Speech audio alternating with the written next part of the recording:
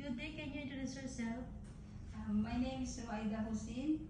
I am 45 years old and I live in Sinulog, Zamboanga, Philippines. I am single. I have 5 sisters and 5 brothers. And Okay, do you have any experience in working abroad before as domestic helper? yes, ma'am. I work in Oman for 10 years and they are 6 members in the house and I take care of them, serve them. Okay, what are your main duties in your previous employer? I take care of the babies, kids, cooking. I do washing the clothes, household, including the house. Okay, why did you choose to work in Hong Kong?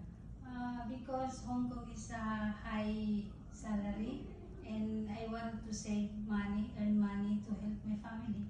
Okay, do you know how to cook some simple Chinese food?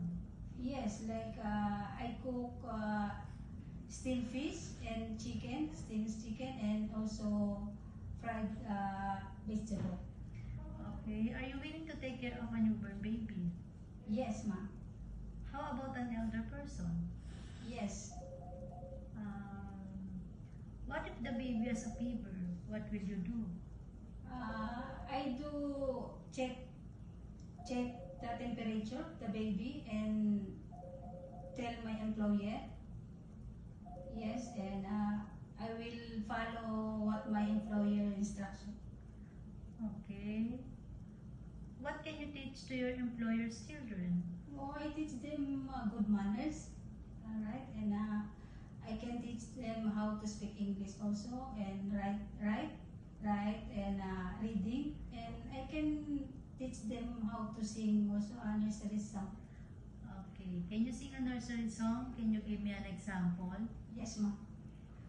A, B, C, D, E, F, G, H, I, J, K, L, M, N, O, P, Q, R, S, T, U, V, W, X, Y, and Z. Now I know my ABCs. Next time you can sing with me. Okay. What kind of employer are you looking for?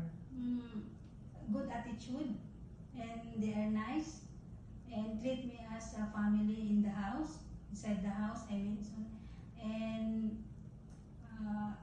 they are good to me. Okay. Are you afraid of dogs and cats? I know, mom. What can you say about yourself, your attitude?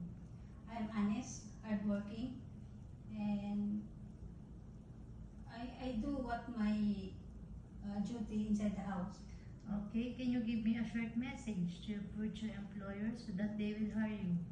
Dear mom, sir, I hope you can give me a chance to be your helper, and I will respect you, especially, and I will obey you.